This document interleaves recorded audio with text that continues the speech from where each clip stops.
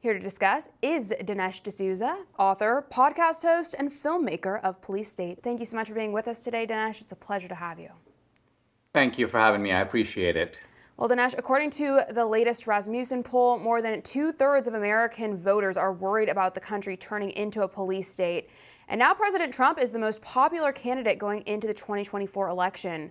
When you see the weaponization of the judicial system against him, his businesses, and his associates, can you explain to us the parallels to the democratic subversion and corruption normally associated with, let's say, a third world banana republic here, and really discuss for us what's happening, and do you think there will be any end to this cycle of silencing or jailing the opposition in the future?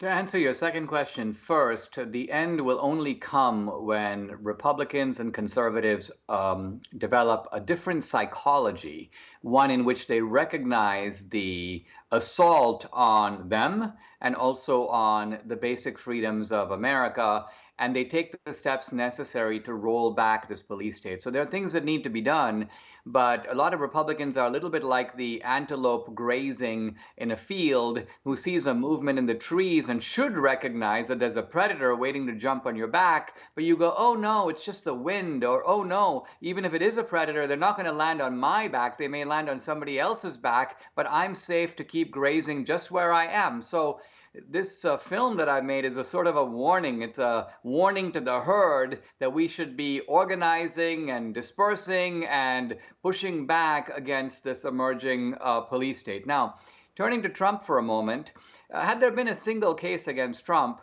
let's just say that he had stubbornly held on to the classified documents when he should have given them back, we could look at the merits of it. But the absolute preposterousness of making 91 charges against him, carrying dozens if not hundreds of years in prison. If we can't get him on the federal case, we'll get him in Florida. If we can't get him in Florida, we'll get him in Georgia. If we can't get him in Georgia, we'll get him in New York. And if the criminal charges don't stick, we'll try to wreck his businesses. I mean, this is so manifestly a barbaric police state tactic. And let's notice that police states around the world are inevitably one-party states. Not that they don't have elections. In Iran right now, the mullahs have elections, but they pick all the candidates. So the opposition, if you will, is a token opposition that's subordinate to the regime. I believe that's what the left and the Democrats want to do to this country, destroy the two-party system, at least as an effective rivalry, and create a single-party state, and that is the definition of a police state. Yeah, I could not agree with you more. It certainly does seem that we are already living in it.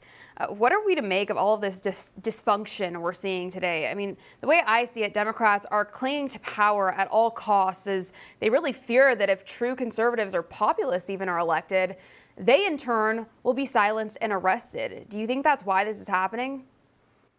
I do think that Democrats don't trust the American people, and police states don't trust the citizens. In fact, you could almost define a police state as a state that declares war on its own citizens.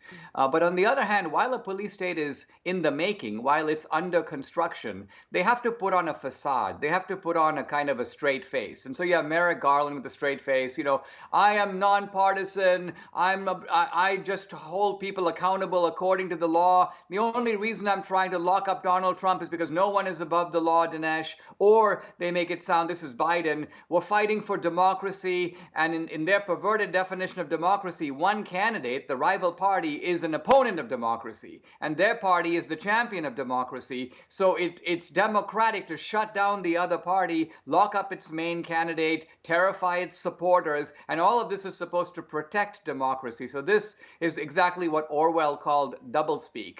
And then third of all, censorship is justified as we've got to prevent misinformation and disinformation. So what I'm getting at is that our police state is marching behind the banner of law and democracy and fighting for truth and opposing misinformation. That's the facade it puts up so that the American people won't see what's really going on.